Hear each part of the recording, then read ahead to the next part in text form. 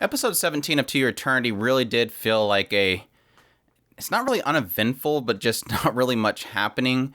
But I do think this episode is a lot of setup for what's to come. But this is my impressions on episode 17, so let's jump into it. So yeah, this episode opens up with Hayase essentially trying to create a religion around Fushi.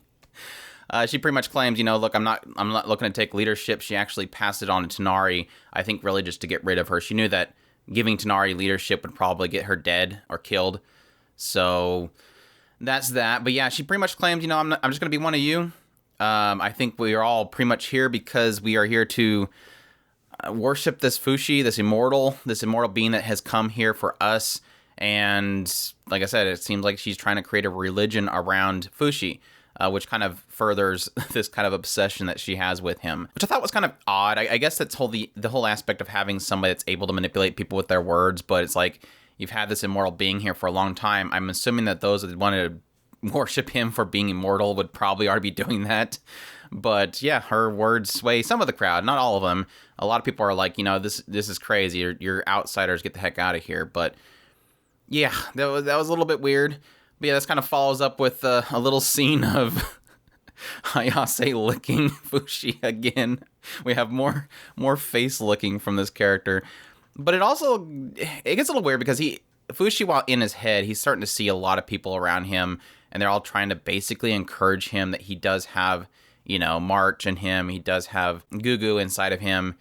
There's a reason for him to be what he is. They're kind of giving him a little bit of inspiration. These are these people that are with you to kind of carry on. And yeah, while this is kind of going on, this Hayase is, seemingly, trying to get his seed? I don't know. She's like on him and licking him and doing a lot of weird things to him, which is kind of the funny thing. We already kind of know the idea that Fushi is just kind of a projected image of whoever he takes over. So it's not as if, you take off his clothes and that's it. It's like a part of him. The clothes are a part of him. But yeah, while she's doing this, she's obviously interrupted by Tonari and all of her friends coming in to try to save him. And as they're kind of held up, Hayase's kind of giving them the decision, leave and say you're sorry or die. That's when Fushi... It's when we find out that Fushi's able to pretty much create empty containers of himself. So he leaves the body of Fushi behind, or that we call it the boy, and becomes the mole, but leaves his body behind for them to basically take as a decoy.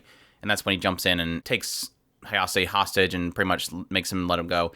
And that's when we cut to Tonari essentially deciding to bring 700 people with her on the boat to leave the island. And she chooses anybody that's 7 years or younger. So going with the idea that she, similar to herself, feels that the children don't deserve to be there, so that she wants to take all the children away. I'm guessing Hayase believes that this isn't really going to go the way it's going to go, so she decides to drug them all, put them on the boat, and get them out of there. And obviously, Tonari doesn't seem like it lasts long with her. They don't really imply why she is able to fight the drugs so much, but she essentially is able to wake up within minutes, gets on the boat, and heads back to the island, where we see that Hayase is throwing Fushi into a well, and has some weird plans for him, so I guess we'll see where that goes. It was interesting to see in the final scene, Tonari's kind of recalling the fight between Fushi and Hayase.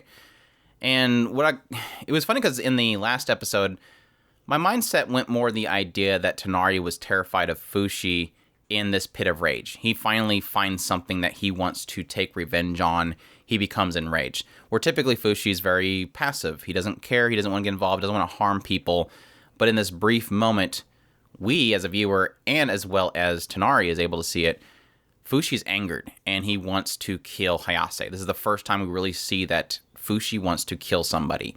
And like I said, I thought that this was going to be hitting on a point of, Tonari equating that to her father and not recognizing Fushi anymore and being terrified. But they took it in a different direction. Tonari's actually was happy that Fushi was angered because it was the first time that she really seen that he was human. Finally, the time that he is angered, he wanted to take something out, that's when she would see that he's now human. There was something that he would not accept, and that's what made him human. So she's kind of encouraged by that aspect. But yeah, like I said, I think the other aspect of this episode is really kind of centered around what is Hayase doing? Like, what is her end game here? She's obviously obsessed with Fushi. I know that a lot of people have rumored or speculated on the idea that the Beholder was the one that drew Hayase there, but again, Hayase was the one that told Fushi to get on the boat. So if Hayase was coming there to see Fushi, or that was driven by Beholder to go to Fushi, maybe finding the island would be an option. It kind of goes back to the theory of sacrifices. Maybe she possibly sees everybody on that island as a sacrifice, getting him stronger by feeding him everybody that is on the island, thus getting many, many lives, which I do technically agree with that idea. There's a lot of people on the island, and a lot of them are fighters because they're all trying to fight to get off the island. So sacrificing everybody on the island would give him a lot of lives. We speculate the idea that the only reason he's able to survive the knockers is because every time it pulls something from him, it's a life. So if he has hundreds of lives within him, it would take a while for the knocker to be able to take him out. I don't know, debate that a little bit, just because the idea that, if he just uses some random schmo that was on the island, he's not going to be able to beat the Beholder anyways, so it's not as if having all these lives makes any difference. He's just going to have a lot of useless lives that can't fight the knockers. Whereas, like, Gugu has a unique thing about him. Obviously, the bear has a unique thing about him. He's size and strength, but we'll see. That's definitely an option there, but again, we have Tonari coming back, going to free Fushi. Again, Hayase seems to be still obsessed.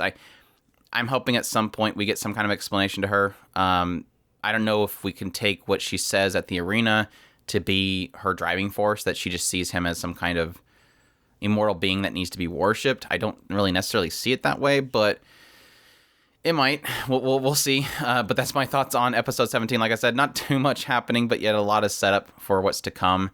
Looking forward to seeing how this concludes. Unfortunately, we only have another 3 episodes left, and I feel like this is kind of concluding the arc that they're going to do, and I think there's more. I mean, just based off of the intro, there's characters we haven't seen yet, or a character we have not seen yet. So I'm curious to see if this is going to be a wrap-up or a see in the manga, or a possible next season coming kind of thing. I am a little worried, though, because I think Brain's Base has kind of been slacking for the last few episodes. This has not been as incredible as an adaptation as it's been early on. Again, I don't know if that's attributed to the source material just getting a little bit plain here, which is the reason why I stopped reading the manga, or if it's I don't know. I really don't know. I hope that they kind of pick things back up and give me that incredible animation and presentation that they've especially shown early on. But that's my thoughts. Hope you guys enjoyed this video. If you did, leave a like down below, comment, let me know what you thought of the episode. Subscribe if you haven't already. Consider supporting us on Patreon if you can, and y'all take care.